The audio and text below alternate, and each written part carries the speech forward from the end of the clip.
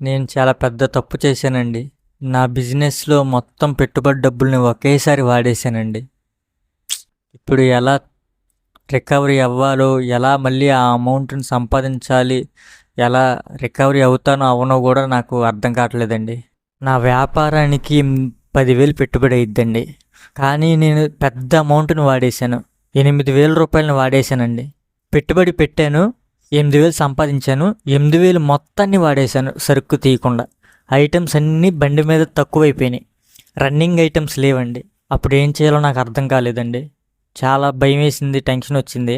సరుకు చూస్తే నిండుగా ఉంది, అయిపోద్దిలే, సంపాదించేయచ్చులే అనుకున్నాను. కానీ నేను చేసిన బిగ్గెస్ట్ మిస్టేక్ అదేనండి. ఏ ఐటమ్స్ అయితే లేవో జనాలు వాటిల్నే అడుగుతున్నారండి. అవి అడిగింది కాక అవి వాళ్ళు బండి దగ్గరికి రాకముందు దూరంగా ఉండి అడుగుతున్నారు.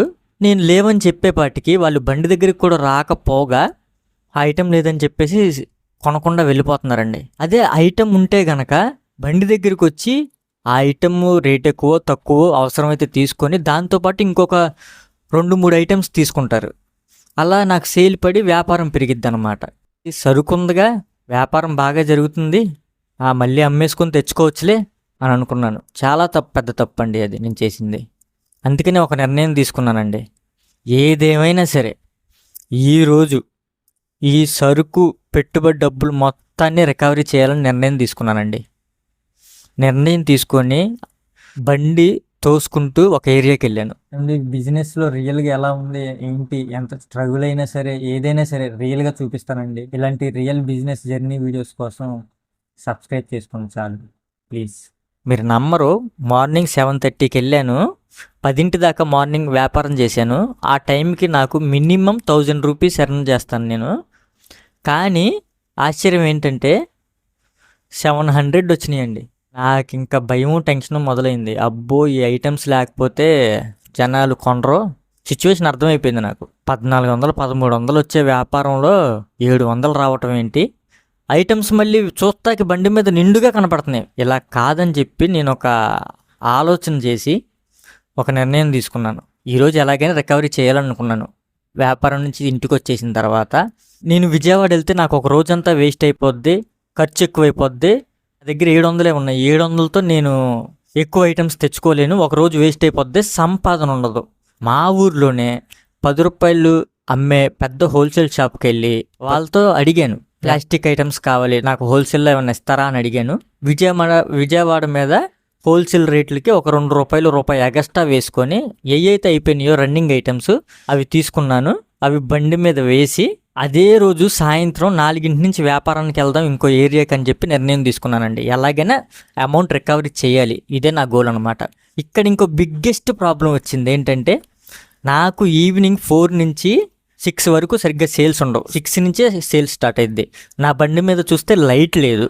ఎలా చేయాలి, ఏం చేయాలి అని చెప్పి టెన్షన్ వచ్చి వెంటనే మళ్ళీ ఇంకొక ఆలోచన వచ్చింది. ఏంటంటే, ఇప్పుడు నేను వీడియో రికార్డ్ చేస్తున్నా కదా రింగ్ లైటు, ఈ రింగ్ లైట్ని తీసుకెళ్ళి నా బండి మీద కడితే లైటింగ్ సరిపోద్దో సాలదో కూడా తెలియదు, కడితే కొంచెమైనా వెలుగు వచ్చింది, సేల్స్ ఉంటాయిలే, ఒక గంట అయినా ఎక్స్ట్రా చేసుకోవచ్చు అని చెప్పి నేను అనుకొని నేను బండి మీద రింగ్ లైట్ని కట్టేసి పవర్ బ్యాంక్ని తీసుకొని వెళ్ళిపోయాను. ఒకసారి 5ంటికి నేను రింగ్ లైట్ ఆన్ చేశాను.